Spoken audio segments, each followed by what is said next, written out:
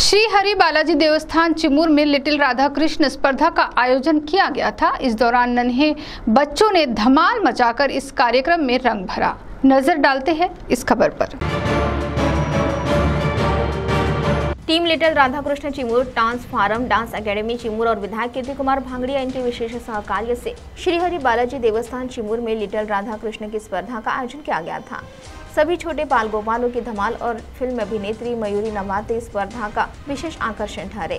श्री कृष्ण जन्माष्टमी मौके पर बाल गोपालों की कला को प्रोत्साहन देने के लिए हमेशा ही विविध उपक्रम चलाने वाली transfer dance academy team little Radha Krishna Chimur और विधायक कीर्ति कुमार भांगड़िया इनके सहकार्य से तीसरी बार आयोजित की गई लिटिल राधा कृष्ण स्पर्धा का उद्घाटन पुलिस उप निरीक्षक दीप्ति मरकाम इनके हाथों किया गया।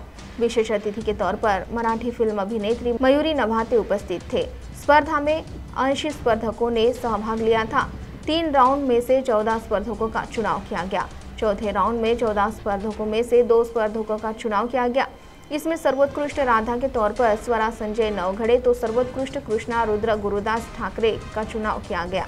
विधायक कीर्ति कुमार भांगड़िया इनके हाथों विजेता स्पर्धकों को शामिल सदस्यों को पुरस्कार और सम्मान पत्र दिया गया। कार्यक्रम का परीक्षण शिवम गणवीर मिस प्रज्ञा ने किया। कार्यक्रम का संचालन स्टार प्रफुल्ल ने किया। कार्यक्रम की सफलता के लिए तेजस मिसार, माधुरी कावरे, मनीषा घाटगे, ज्योति केमगे आदि ने परिश्रम लिया। या राधाकृष्ण लिटल कार्यक्रमात खूप छान अँकरिंग तुमची झाली। Thank you so much. थँक्यू आणि सर्व उपस्थितांना खूप छान वाटलं तुमची अँकरिंग सुद्धा। थँक्यू। किती वर्षापासून तुम्ही या अँकरिंग क्षेत्रामध्ये काम करता? बेसिकली सर मला झाले 8 वर्ष करता करता।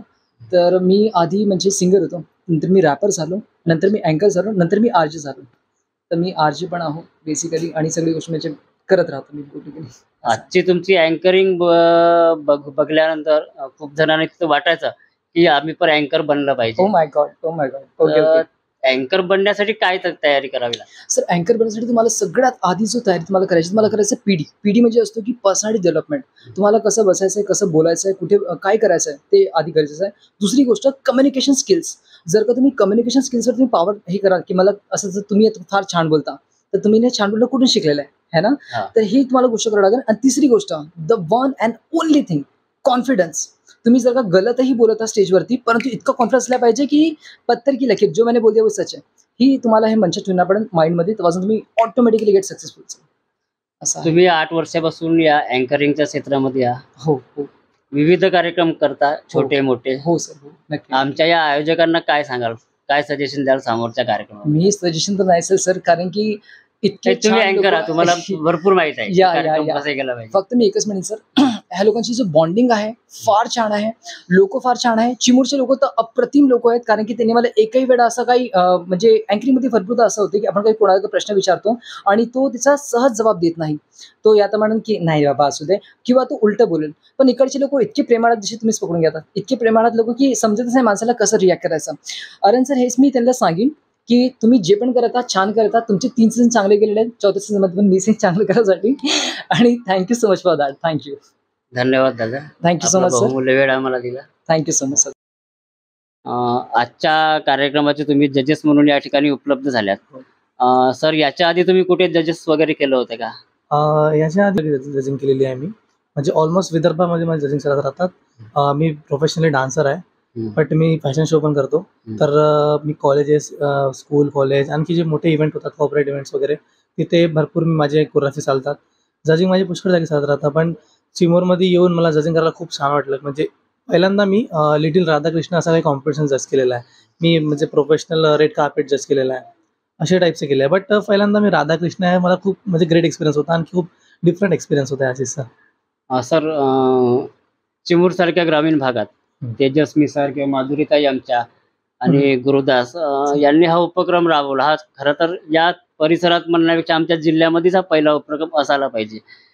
तर याच्यानंतर तुम्ही हा उपक्रम पुन्हा चांगला व्हावा यासाठी काय सजेशन द्याल या मुलांना? सजेशन म्हणजे यांना सजेशन काही द्यायची जरूरत नाही, यांचं खूप वेल मॅनेज आहे इथं सर्व।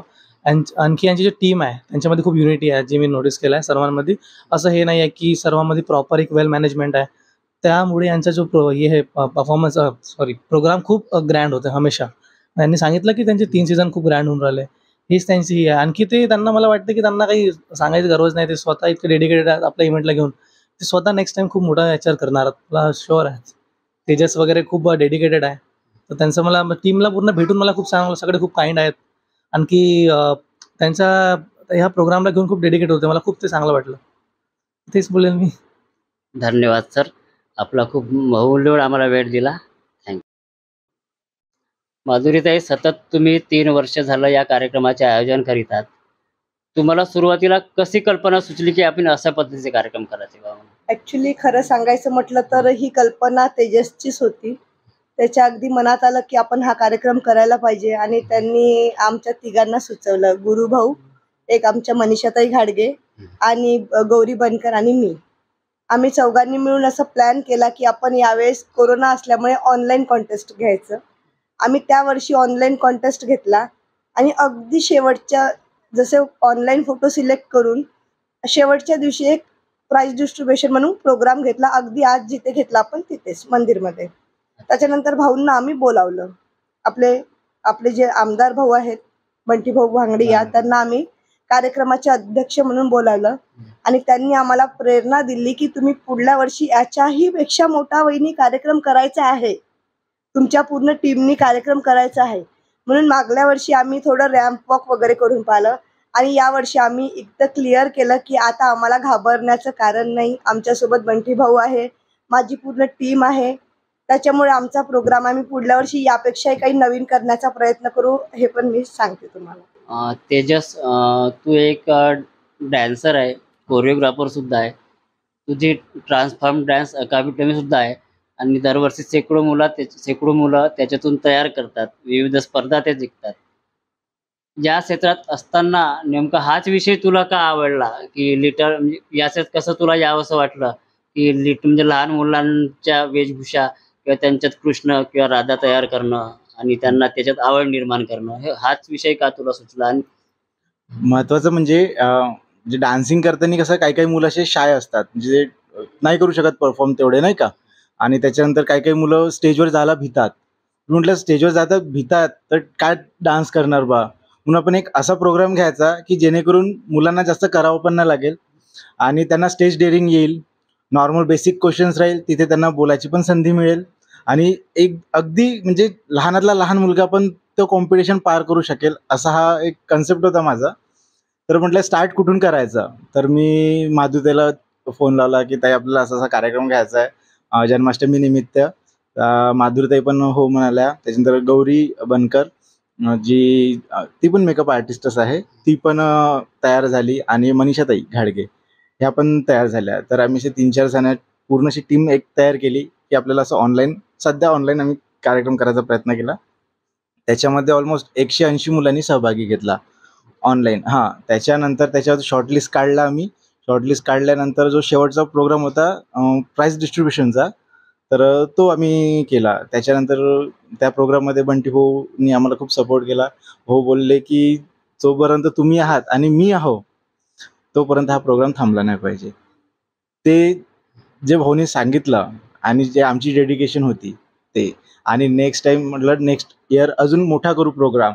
आणखी आम्ही क्रू मेंबर्स आमचे आणखी जमा केले, कारण 2-3 असा एवढा मोठा प्रोग्राम मॅनेज नाही होत, म्हणून सगळे आम्ही ऑल ओव्हर आमची टीम, गुरुदादा आहे, अक्षय बावनकर आहे, सतीश ठाकूर आहे, ज्योतिताई आहे, हे आम्हाला नंतर जॉईन झाले. पण यांचा पण सपोर्ट एवढा की जसं म्हणजे हे पण आणि आम्ही पण कोणाला काही प्रॉब्लेम नाही, सगळेजण डेडिकेशननी करतात आणि एवढा मस्त हा प्रोग्राम होतो ना. मला असं सांगता येईल की आपल्या विदर्भामध्ये म्हणा किंवा आपल्या जिल्ह्यामध्ये म्हणा, तर लिटिल राधाकृष्ण ही कन्सेप्ट घेऊन हा फर्स्ट प्रोग्राम असावा असं मला वाटते. जर असेल आणि अजून मोठा करायचा आमचा हा प्रयत्न राहील. यावर्षी तालुका चिमूर पुरता होता, ऑलमोस्ट 2-4 गावातले आले होते बाहेरचे, पण पुढच्या वर्षी आम्ही जिल्हा लेवलवर याला न्यायचा प्रयत्न करू. तेजस, या 3ऱ्या वर्षी किती स्पर्धकांनी या ठिकाणी भाग घेतला होता? यावेळेस टोटल 80 स्पर्धक होते. त्याच्यामध्ये आपण सेकंड राऊंडमध्ये मग 30 शॉर्टलिस्ट केले. 30 झाल्यानंतर आपण टॉप 12 असं शॉर्टलिस्ट केलं. टॉप 12मध्ये 2च बेस्ट, एक राधा आणि एक बेस्ट कृष्णा, असे आम्ही 2 अवॉर्ड ठेवले होते.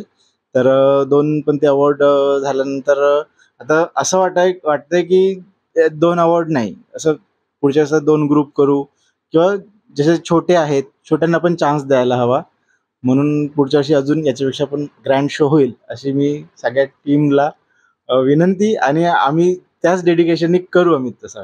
CTV के लिए प्रतिनिधि बालू सातपुते की रिपोर्ट.